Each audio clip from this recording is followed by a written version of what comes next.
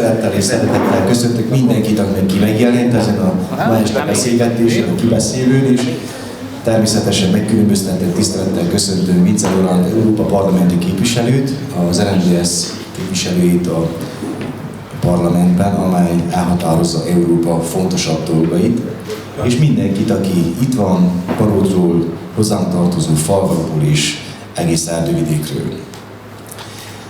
Az idei esztendő, mint ahogy most már sok helyről jön szembe velünk az információ, a választásokról szól, nem csak Romániában, hanem az egész Európai Unióban, és azzal is kezdjük, június 9-én, hiszen ez a dátum most már le van szögezve, itt Romániában is képviselőket választunk, delegálunk az Európai Parlamentben, és ebben a pillanatban az RMDSZ-nek van 2 képviselője, a Székelyföldet inkább a székelyföldi Vince Laurent képviseli, akit nem először láttunk az idén, hiszen a Sepsiszentgyörgyi vagy a Kézdivásárhelyi kibeszélőkő fórumokon már eljött hozzánk és beszélgetett a székelyföldi háromszéki emberekkel. Ugyanakkor nem először látjuk Erdővidéken sem, csak a legutóbbi alkalmat említem, amikor a tavaly tavasszal Nagybaconban a gazdálkodókkal való teltházas fórumon, megbeszélésen a Startoljunk rá pályázati fórumot indította el, feltárva a következő ciklus lehetőségeit is, tartalmasan beszélgetve, válaszolva a gazdálkodói és másik kérdéseire. Felmerül a kérdés, hogy miért fontos, hogy egy 700 fős testületbe 2-3 képviselőt bejutasson az erdélyi magyarság, erre nyilvánvalóan a képviselő fog válaszolni. Amiben benne vagyunk, az egy közvetlenül közelünkben folyó háború, ugye csak egy ország határral tovább, és nagyon reméljük, hogy ez ott is marad, ahol van, és ott szépen hamvába hal. És ami előttünk van, az a háború meg a Covid járvány miatt kibontakozott energiaválság, és annak hosszú távú veszélyei, amely úgy tűnik, hogy ebben a pillanatban az egész európai gazdaságot és az egész világgazdaságot és az erőközpontokat átformálja, és azt szeretném, hogyha Vince Laurent mindezekről beszélne. Kedves képviselő úr, a tiéd a szó. Nagy szeretettel üdvözlök mindenkit, és köszönöm a lehetőséget, polgármester úr, hogy megszervezhettük ezt a rendezvényt itt Baróton is. Ugye a nőkről és a politikáról mindenkinek van véleménye.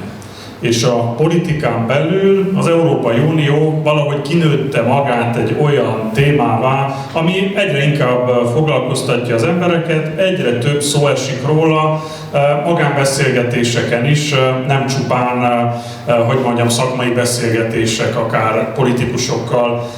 Az én dolgom az, hogy az erdélyi magyarokat, a székely embereket képviseljem Brüsszelbe, és azokról a dolgokról, amelyekről itt beszélgetünk, amelyeket itthoni feladatként kaptam, azokat ott elmondja a döntéshozóknak. Tehát ha nekünk valami nem tetszik az Európai Unióval kapcsolatban, igen, azt el kell mondani, csak ahhoz persze ott kell lenni, és hangot adni akár az elégedetlenségünknek, illetve a másik az, hogy kihasználjuk az Európai Unió által biztosított lehetőségeket. Gyakorlatilag 2022-ben, amikor megjelentek a különböző Romániának megítélt pénzalapok, akkor készítettünk egy-egy kiadványt a többéves költségvetési tervről, a helyreállítási programról, és magyar nyelven leírtuk azt, hogy mire lehet pályázni, és kik pályázhatnak. A vállalkozók, a civil szervezetek, vagy önkormányzatok, és így tovább, és ezekre ráépítettünk egy rendezvénysorozatot Erdélyben.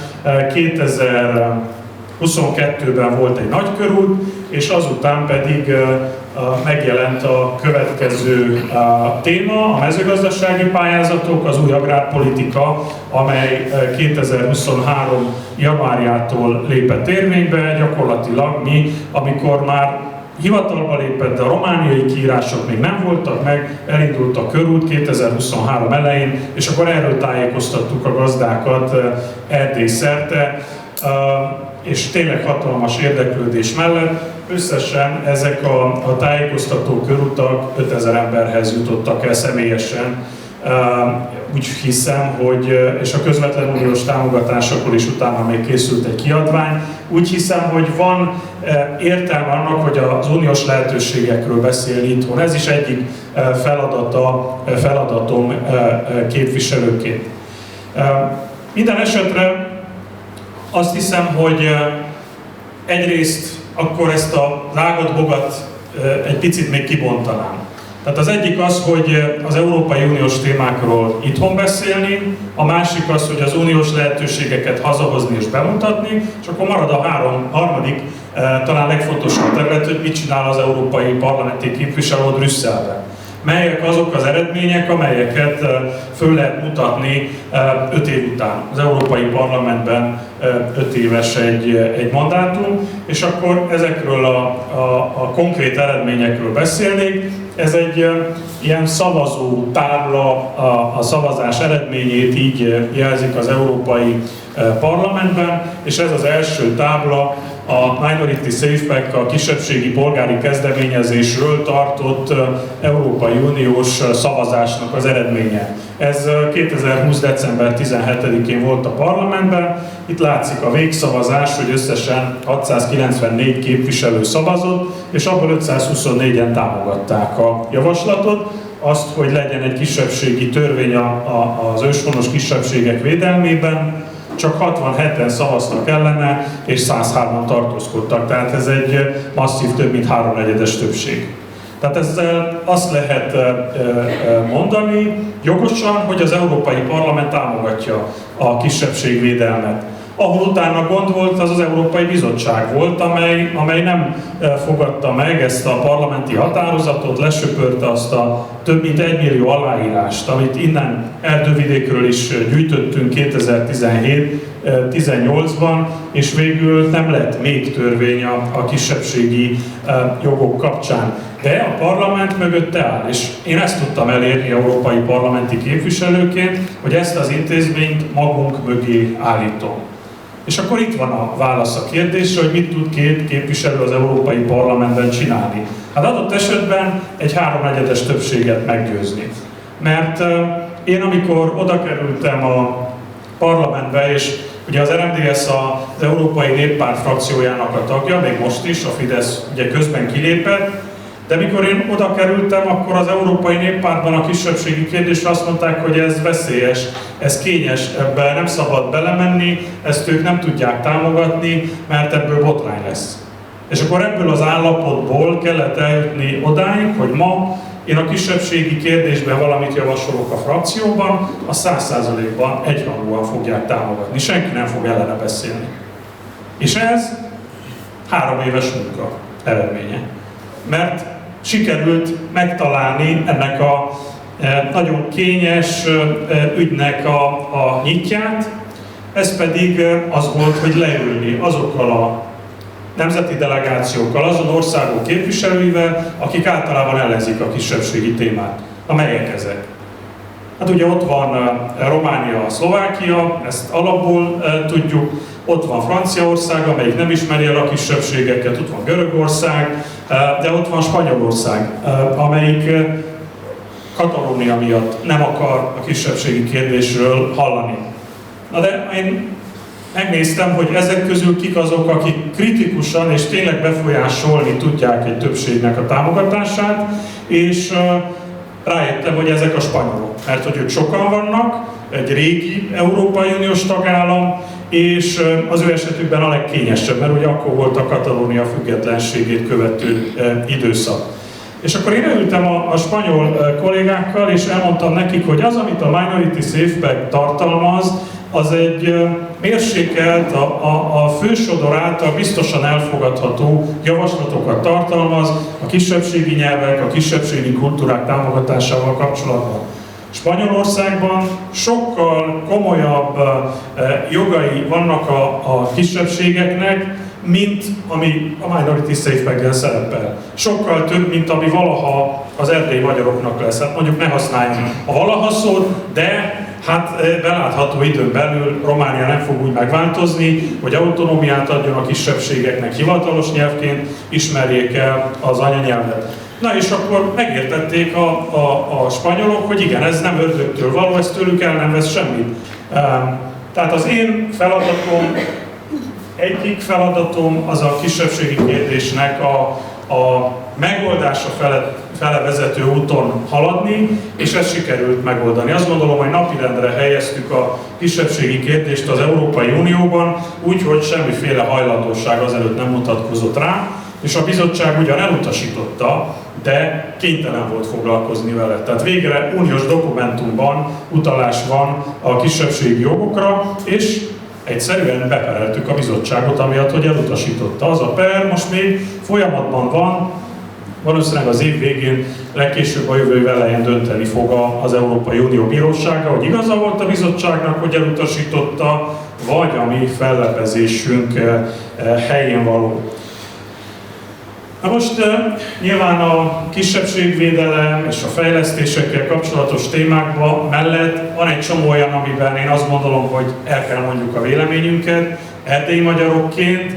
Ezek között vannak kisebbségi jogsértésekre vonatkozó ügyek, vannak a keresztény értékek, hagyományok megőrzésével kapcsolatos megszólalási lehetőségek, amelyekben el kell mondanunk a véleményünket, illetve bármilyen témában, amelynek itt Erdélyben is hatása van. És akkor ezek a parlamenti felszólalások, amikor a plénum előtt a képviselőnek lehetősége van elmondani a véleményét plénumban, illetve időnként szakbizottságokban is.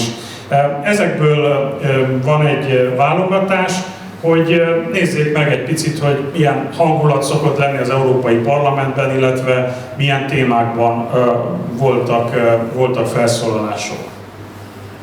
Nyugat-Európában valami nagyon elromlott. Center-right and Christian Democrats, we state clearly that the left has no monopoly on what Europe is, on what Europeans can think about it, and on how Europe should look like. Attól tartok, hogy az Unió keleti felében éppen az egyes tagországokkal szemben tapasztalt kettős mércsel rendíti meg a polgároknak az Unióba vetett bizalmát. Ezzel ellen kellene fellépni, tisztelt kollégák. Az Európai Bizottság csütörtökön lényegében elutasító választ adott a Minority Safe kezdeményezésre, és ezzel a bizottság ismét elszalasztott egy nagyszerű lehetőséget arra, hogy intézkedésekkel tegyen tanúbizonyságot az európai őshonos kisebbségek iránti elkötelezettségéről, kultúrájuk támogatásáról, védelméről. Gyakorlatilag hátat fordított ezeknek az embereknek. Propaganda. Look, Mr.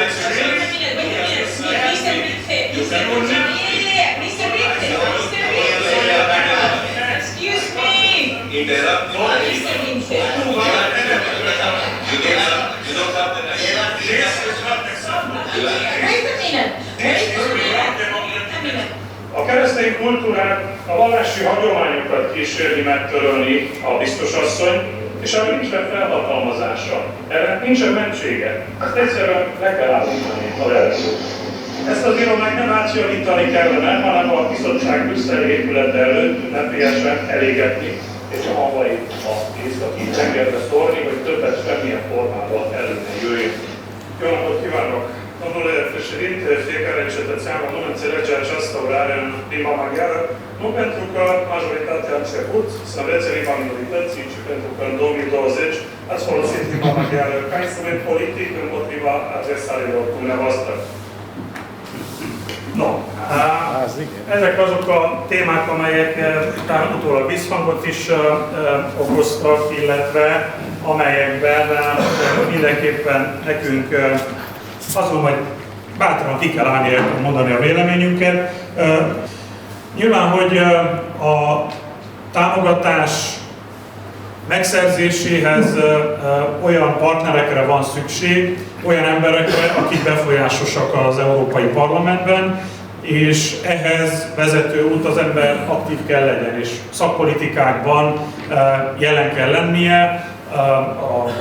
Én a LIBE bizottságban vagyok, az a Bel- és Igazságügyi Bizottság, az Alkotmányügyi Bizottságban, a Petíciós Bizottságban, és mindenhol sok olyan téma is van, aminek se a kisebbségvédelemhez nincs köze, se konkrétan Erdélyhez, de azzal, hogy aktív vagyok, ezzel elismerik a munkámat, és ezzel nagyon sok képviselőt meg tudok ismerni, nő a kapcsolati háló. Tehát ez úgy is működik el szoktam mesélni, hogy a képviselők egy ilyen zsetonrendszerben dolgoznak. Ez azt jelenti, hogy egy képviselő kollega rendezvényt szervez az Európai Parlamentben, erre mindenkinek lehetősége van, otthoni látogatócsoportokat fogadni, mondjuk kulturális eseményeket szervezni, és hát egy rendezvény akkor jó, hogyha vannak résztvevők. Tehát azt szeretnék, hogy a képviselő kollégák részt vegyenek ilyen rendezvényeken. Na most, hogyha az egyik kollega engem megkér, hogy menjek el egy ilyen rendezvényre, akkor elmegyek, és akkor lesz egy zsetonom nála. Ez azt jelenti, hogy egy következő alkalommal, amikor én hívom meg őt, akkor hát becsületbeli kötelessége lesz eljönni, és akkor felhasználja azt a zsetont. Tehát, hogy egymás között van egy ilyen informális együttműködés, és ez teszi lehetővé, hogy bizonyos ügyek előre mozduljanak, és ezek nem a plenáris szavazáson dőlnek el, nem a szakbizottsági szavazásban, hanem jó előtte egy kávézáson, vagy egy ilyen kulturális rendezvényen. Hát van itt néhány olyan fotó, amely ilyen személyekkel készül. Hát nem azért, mert annyira büszke vagyok rá, Ursula von der Leyen, az Európai Bizottság elnöke, de azért hoztam el ezt a fotót, mert ezen a találkozón, még a mandátum elején, ezen a beszélgetésen ígérte meg nekem, hogy ő támogatni fogja a kisebbségvédelmi kezdeményezést, a Minority Safe Packet. Amit aztán utána a bizottságban ő nem támogatott, és a bizottság általában sem. Tehát ez az oka annak, hogy mi, az RMDSZ nem tudjuk támogatni Ursula von der Leyen a következő még egy Európa bizottsági elnökségre, a sok más egyéb mellett, ami miatt bajunk van vele, de ez egy nagyon konkrét, és ez a mi javaslatunkhoz kapcsolódik. Itt lent a fotón a hölgy az Roberta Metsola, az Európai Parlament elnöke, nagyon jó baráti viszonyban vagyok vele, azon képviselők közé tartoztam az elején, akit megkeresett, hogy elnök szeretne lenni, támogatom-e, segítek-e ebbe, és nyilván ezt megtettem, és utólag nyilván nagyon hálás, és ő az, aki mindig biztosított arról, hogy a kisebbségi kérdés a parlamentben, a munkálatok során napirenden lesz. Sokat segített most egyébként abban, hogy egyáltalán szót kaptam ezen a vitán, ahol Iohannis ott volt. Már az egy dolog, hogy az ember el akarja mondani a véleményét, de ha nem kap szót, akkor nem tudja elmondani. Itt felül a fotón pedig Alexander Cseferin, az UEFA elnöke, akit egy másik minőségemben ismertem meg, vagy találkoztam vele, ez a FUEN, ugye a kisebbségi ernyőszervezet, amelynek az elnöke vagyok. A FUEN-nek 116 tagja van Európa 36 országából, mi vagyunk az őshonos kisebbségek legnagyobb szervezete. Szervezünk 4 évente egy kisebbségi labdarúgó-bajnokságot, és ennek az előkészületei kapcsán találkoztam vele, és nyilván, hogy elmondtam a mi problémáinkat is, amelyek a fotballstadionokban látható gyűlöletbeszéddel kapcsolatosak, azok a román rigmusok, hogy amivel gyaláznak, meg elzavarnának az országból, és elmondtam, hogy az UEFA-nak sokkal erősebben kellene fellépnie ezekben az ügyekben, nem hallgathat, büntessék meg alaposan a román klubokat és a Román Labdarúgó Szövetséget, ha nem lép. Az utolsó fotó pedig az a kedvencem, mert a román külügy szerint ez a fotó nem létezik. Mert ezen a fotón Arno Krombacher, tehát a szélső a déltiroli kormányzó, középen pedig a belgiumi német kormánynak a miniszterelnöke, Oliver Pás. Ugye Románia, amikor legutóbb a parlamentben elutasították az autonómia kezdeményezéseket, az autonómia törvényeket, azt mondták, hogy hát ez nem egyeztethető össze az Európai Unióval, mert az Európai Unió tagállamaiban nincsen autonómia. Ezért mondom, hogy ezek nem léteznek, ezek az emberek ezek szerint, mert az egyik Belgium, a másik Olaszország, ahol jól működő, eredményes autonómiák vannak, amelyek gazdasági fellendítést hoztak. És 50 éve működnek ezek az autonómiák, ez pont a belgiumi német autonómia 50. évfordulós ünnepségén készült Brüsszelben. Tehát ezek azok az emberek, akiknek a támogatására számíthatunk. Ők be is léptek, Dél-Tirol is, a belgiumi németek is, abba a perbe, amit a bizottság ellen indítottunk. Tehát a mi oldalunkon belépett Magyarország, és ez a 2 autonóm tartomány. A másik oldalon, a bizottság mellett belépett Szlovákia és Görögország. És az, hogy Románia nem lépett be, az egyértelműen annak köszönhető, hogy abban az időszakban kormányon volt az RMDSZ. És már egyszer az RMDSZ kilépett a kormányból, Kelemen Honor lemondott a miniszterelnök helyettesi tisztségről, amikor 2014-ben a bizottság be se jegyezte a kezdeményezést, már akkor elutasították, csak egy per nyomán kezdhettük el az aláírásgyűjtést. Tehát ez egy hosszú sztori, nekem már egy évtized az életemből ez a történet, és ígérem, hogy nincsen vége. És én ezzel meg is állok, és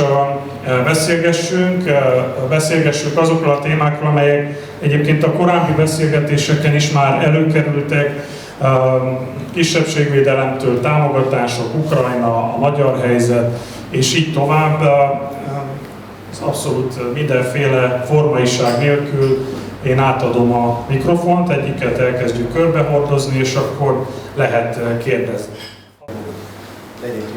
Rá kell mondjuk, hogy fellapozva az ismertetődött is, tehát a kisebbségvédelemnek a képviselete, amelyet elsősorban hozzákötünk, és szerintem minden erdélyi ember hozzáköti, ez nagyon fontos. És munkád elismerése az is, hogy te vagy a folyam elnöke, tehát annak a szervezetnek, amely tömöríti az összes európai kisebbségi szervezeteket. Szerintem ez egy nagy megbecsülés, ez a munkádnak egy elismerése, és ugyanakkor az erdélyi magyarságnak is egy kiemelkedő lehetőséget nyújt arra, hogy megjelenjünk mi is ebben az összeurópai összhangban. Még egy dolgot szeretnék kiemelni, azt, hogy azon kívül, hogy kisebbségi kérdésekben úgymond nagyon magas szintre helyezted a mércét, ami neked nagyon tetszett, és nagyon köszönöm neked, hogy megpróbáltál képviselni kézzelfogható a mindennapi problémákat, az erdővidéki embereknek mindennapi problémákat okozó gondokat orvosolni. Nem is említetted, de olyan dolgok, mint a medvekérdés. Ezek lehet, hogy nem nagy dolgok tőlünk messzebbre, de itt minden erdővidéki embernek, még a barótiaknak is, még akkor is, hogyha egy kisváros vagyunk, de a környező falvakban ez egy égető gond. És el kell mondjam, hogy nem kis dolog az, hogy Európai Uniós szintre tudtad emelni ezt a problémát, elhozni a bizottságot a helyszínre. És most olvastam, hogy konkrét határozatok is születtek ebben. Ugyanakkor nagyon sokat segítettél a gazdáknak, és külön köszönet azért, hogy lefordítottad magyar nyelvre, hogy mindenki a saját anyanyelvén tudja elolvasni azokat a pályázati lehetőségeket, amelyek megjelennek az új európai ciklusban. Tehát azt mondom, hogy egy teljes értékű munkát végeztél el a legkomplexebbtől az embereket érintő legkisebb problémákig, és végül is egy kérdés felteszed azt, hogy a következő években, ha ott leszel, még milyen új témaköröket akarsz behozni abba a sokba, ami ott ki van írva, és továbbra is sok sikert kívánok. És köszönöm, hogy egy kicsit osztoronítő meghallgatott. Köszönöm szépen, hát még új témát behozni nem tudom, hogy lenne emberileg lehetőség. Ugye véges az embernek az állóképessége, de való igaz, hogy elég nagy a kihívás, mert mi 2 képviselő vagyunk a 705-ből, és szakpolitikából nem tudom, hát van vagy 40-50, ami önmagában is akár egész embert kíván. És nagyon szerencsés helyzetben vannak azok a pártok, amelyek több képviselőt fel tudnak vonultatni. Például a Fidesznek van ugye 13 képviselője, akkor is, hogyha egy picit a szélére szorultak a parlamenti döntéshozatalnak, de ők szakmailag le tudják fedni az összes szakterületet, mert vállalnak fejenként 2 témát, és az a magyarországi fontos ügyeket biztos lefedi. Mi pedig ketten, hogy mondjam, az egész világon tudunk osztozkodni Winkler Gyuszival, annyi mindenbe bele lehet fogni. Amiben azt gondolom, hogy én mindenképpen szeretnék egy kicsit mélyebbre menni, és szakbizottsági szinten is, technikailag is foglalkozni vele a következő mandátumban, az a mezőgazdaság. Azt gondolom, hogy ez meghatározó a vidéken élő emberek számára, de nem csak. Tehát amikor a gazdálkodókat, és ugye ezekben a hetekben voltak ezek a tüntetések, időnként volt egy olyan érzésem, hogy akkor a gazdákról úgy beszélnek, mint szociális esetről, hogy hát itt jönnek a gazdák, adjunk nekik valami pénzt. Nem erről van szó, az egy, hogy a megélhetés. Az kettő, hogy a falvak megmaradása.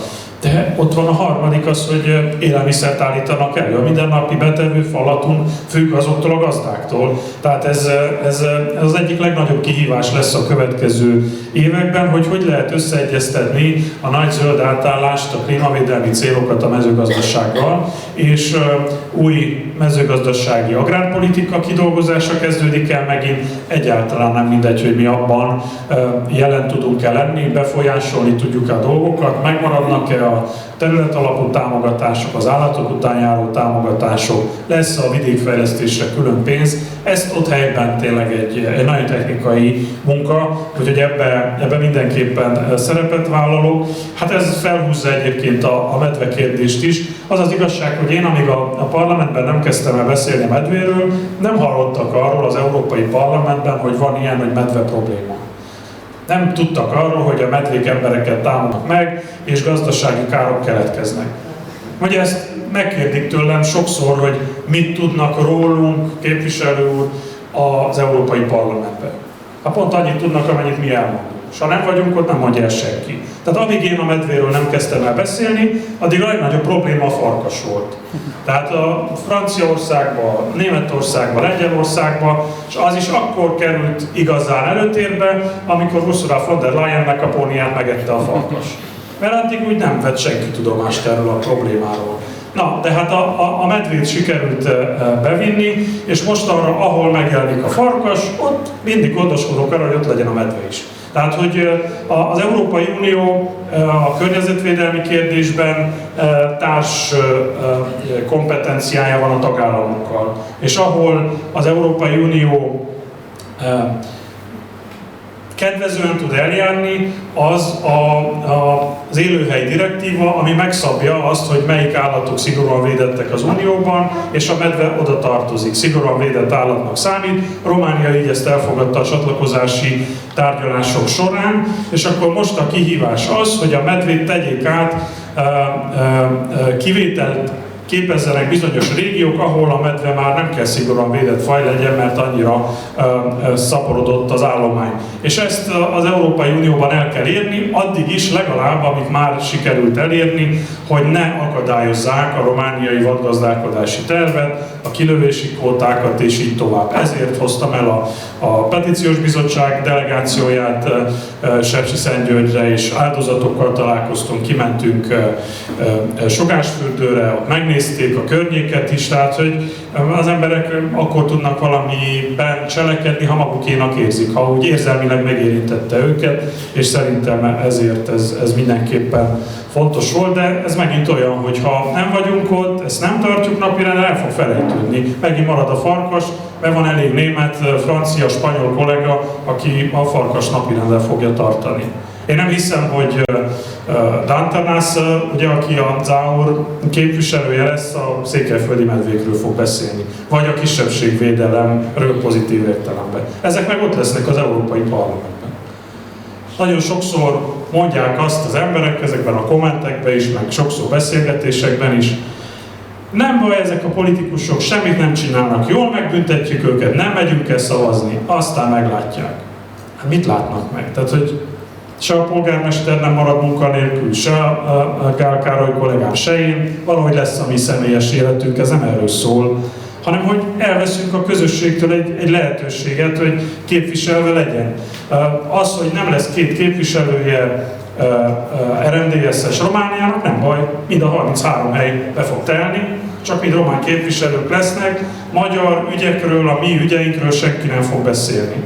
És az az igazság, hogy ha nem számítjuk a romániai képviselőket, de más sem. Mindenkinek megvan a saját baja, a saját prioritásai. Ha nem beszélünk arról, ami nekünk fáj, más nem fog panaszkodni az orvosnál helyettünk, és ebben az esetben az Európai Parlament. Ez a Brüsszel, amit ugye ezt a belga fővárost gyakorlatilag megszemélyesítettük, hogy ugye igazad volt, Karcsi, hogy a rossz dolgok Brüsszelbe születnek, minden ami jó, az itt sikerül a polgármester úrnak, a parlamenti képviselőnek, a miniszternek, a rossz az jön Brüsszelből.